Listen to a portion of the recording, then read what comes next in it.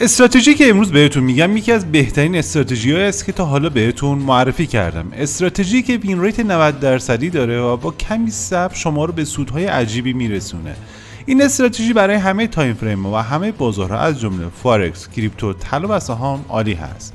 توصیه میکنم این آموزش رو از دست ندید چون نکات بسیار مهمی داره. لایک رو بزن و بریم سراغ این استراتژی جذاب.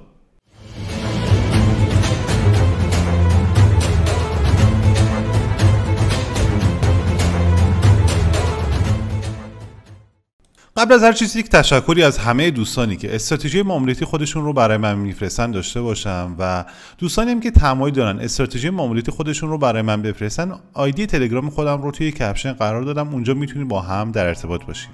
استراتژی هم که امروز خدمتتون عرض میکنم به درخواست خیلی از دوستان که ما خیلی آشنایی زیادی با روش‌های مختلف ترید نداریم و میخوایم یک اندیکاتور باشه که به ما کمک کنه بتونیم از این بازار سود کسب کنیم رو بهتون بگم. امروز ما از 2 تا اندیکاتور استفاده میکنیم که فقط اولی میتونه شما رو واقعا سودآور کنه، ولی داستان این هستش که ما میخوایم وین ریت این استراتژی رو بالا ببریم و بتونیم سودهای بسیار بزرگی رو با این روش کسب کنیم. خب بریم سراغ اولین اندیکاتوری که استفاده میکنیم. اولین اندیکاتور مارکت استراکچر هست که توسط امر کیبی نوشته شده. اندیکاتور رو به چارت اضافه میکنیم و به بخش تنظیمات میریم و فی فاکتور رو به عدد 273 تبدیل میکنیم. شما اینجا میتونید سیگنال ها و باکس هایی که برای ما مشخص میکنه رو اینجا قبلی ها رو بیارید که من توصیه میکنم این تیک رو حتما فعال داشته باشید. نکته دیگه ای که وجود داره این هستش که شما شو زیگزاگ رو ما توی این استراتژی لازم نداریم، ولی به طور کلی از استراتژی های مختلفی میتونیم برای این زیگزاگ استفاده کنیم، ولی چون امروز ما نیازی به اون نداریم اون رو میایم حذف میکنیم. کار دیگه ای که انجام میدیم به بخش استایل میریم و لاینز رو برمیداریم و لیبلز رو هم برمیداریم که یک مقدار چارت ما خلوت‌تر بشه. اوکی رو میزنیم. این نکته رو هم خدمتتون عرض کنم. چارت ما چارت بیت کوین هست توی تایم فریم 5 دقیقه و من کندل ها رو به هیکل تبدیل کردم. خیلی تفاوت خاصی وجود نداره شما از کندل های هیکل استفاده کنید یا کندل استیک ها. و اینجا برای اینکه دوستان اعتراض نکنن که کندل های هیکل با قیمت واقعی یکی نیستن، حالا من کندل ها رو تبدیل به کندل استیک میکنم. شما با همین یه دونه اندیکاتور میتونید واقعا به سودآوری خوبی برسید. موقعی که یک باکس برای ما رسم میشه و اون باکس رو بالا شکسته میشه، اون محدوده برای ما به عنوان محدوده خرید هستش. اگه باکس ما باکس سبز رنگ باشه و اگه قرمز رنگ باشه برای ما به عنوان محدوده فروش به حساب میاد. که همینجا اگه ما میومدیم یک پوزیشن خرید رو اینجا میگرفتیم، پایین سوینگ رو با عنوان استاپ لاس قرار میدیم و دنبال یک آربار یک میگشتیم، یک و نیم میگشتیم، به راحتی این پوزیشن تیپی ما رو تاچ کرده. یه نکته مهم دیگه ای که وجود داره این هستش که ما به اون اوردر بلاکی که رسم شده پول بک زده میشه، اونجا با شکسته شدن روی بالا ما میتونیم یک پوزیشن خرید رو بگیریم. برای مثال همینجا ما میتونیم با شکسته شدن این ناحیه و قرار دادن آربار 1.5 بیایم این پوزیشن خودمون رو با سود ببندیم. خب همینجا هم ما یک حالت اوردر بلاکی داریم که با برگشت به اون ناحیه، یعنی دقیقاً به همین ناحیه و زدن پول بک روی بالا، ما میتونیم یک پوزیشن خوب رو بگیریم و یک سود بسیار خوبی رو از این پوزیشن هم داشته باشیم. با زدن تیپی روی 1.5 ما میتونیم یک معامله سوده دیگر رو داشته باشیم. این نکته رو هم خدمتتون عرض کنم، من الان راجع به پول بک ها صحبت کردم و خود همینجا هم حالا من بگم اینا رو حذف کنم. ما تا الان 3 تا پوزیشن گرفته بودیم و همین جایی که میبینید که اوردر بلاک برای ما رسم میشه، همینجا ما میتونیم یک پوزیشن خرید رو بگیریم و این پوزیشن رو هم با سود خارج بشیم. این دقیقاً توی همین کندل ها تیپی ما تاچ شده.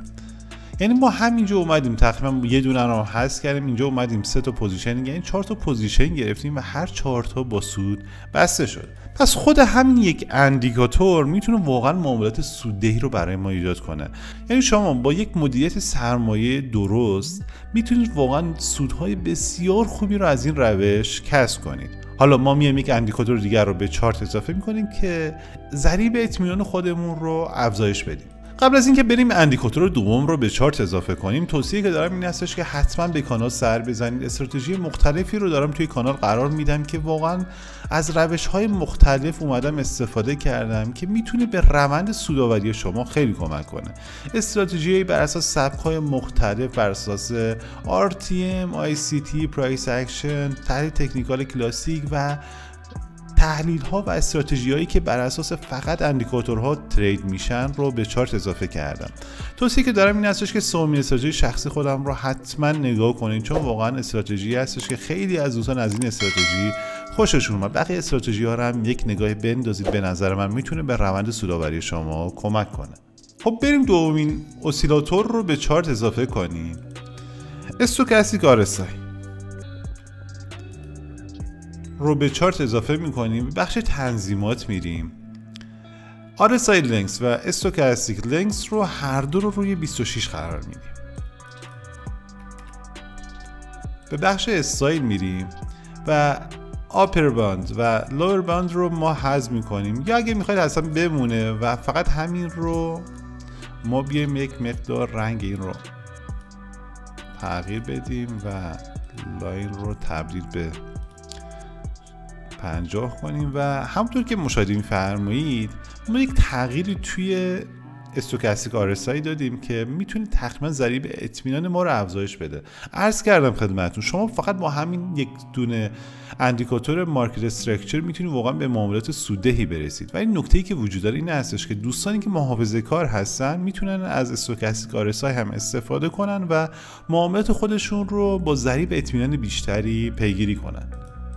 خب روش کار ما به چه شکلی میشه؟ موقعی که ما یک سیگنالی توی مارکت استراکچر پیدا کردیم، میایم به این خط 50 استوکاستیک RSI نگاه میکنیم. برای مثال اینجا یک سیگنال خرید برای ما صادر شده. حالا من بیام اینا رو حذف کنم.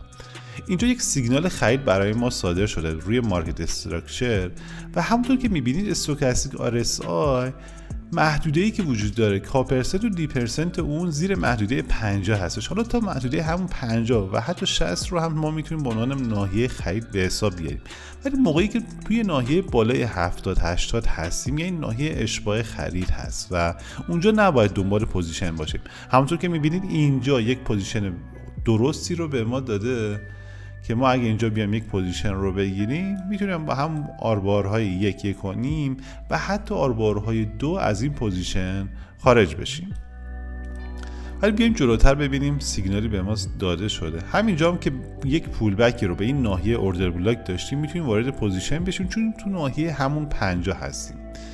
ولی اینجا به عنوان یک ناحیه قابل قبول برای ما نیستش. چرا؟ چون استوکاستیک RSI هولوش محدوده 70 80 هستش و برای ما این سیگنال درست نیست. ولی اینجا با پول بکی که به این ناحیه زده شده ما میتونیم وارد پوزیشن بشیم. چرا؟ چون توی ناحیه زیر 50 استوکاستیک RSI قرار داریم و خود این کمک میکنه که با ضریب اطمینان بالاتری بیایم پوزیشن بگیریم و آربارهای دنبال آربارهای تقریبا 2 هم باشیم. حتی ما میتونستیم دنبال آربارهای بسیار بزرگتر هولوش 7 هم باشیم توی این روش. حالا من خودم به شخصه پیشنهاد میکنم دنبال آربارهای هولوش 2 باشید. خب برای اینکه تایم ویدیو بیشتر از این نشه، من فقط روی چارت بیت کوین اومدم این استراتژی رو بررسی کردم. با ضریب اطمینان بالایی بهتون توصیه میکنم توی هر چارتی که دارید معامله میزنید، چه طلا باشه، چه جفت ارزها باشه و حتی سهام باشه، شما میتونید از این روش استفاده کنید و واقعا روش بسیار مفیدی هست که میتونه سودهای بسیار خوبی رو به شما بده. خیلی ممنون از اینکه امروز هم تا اینجا با من همراه بودید. لطفا سابسکرایب کنید کانال رو، مطالب رو لایک کنید و حتما مطالب رو برای دوستاتون بفرستید و نظرتون راجع به این استراتژی به من بگید.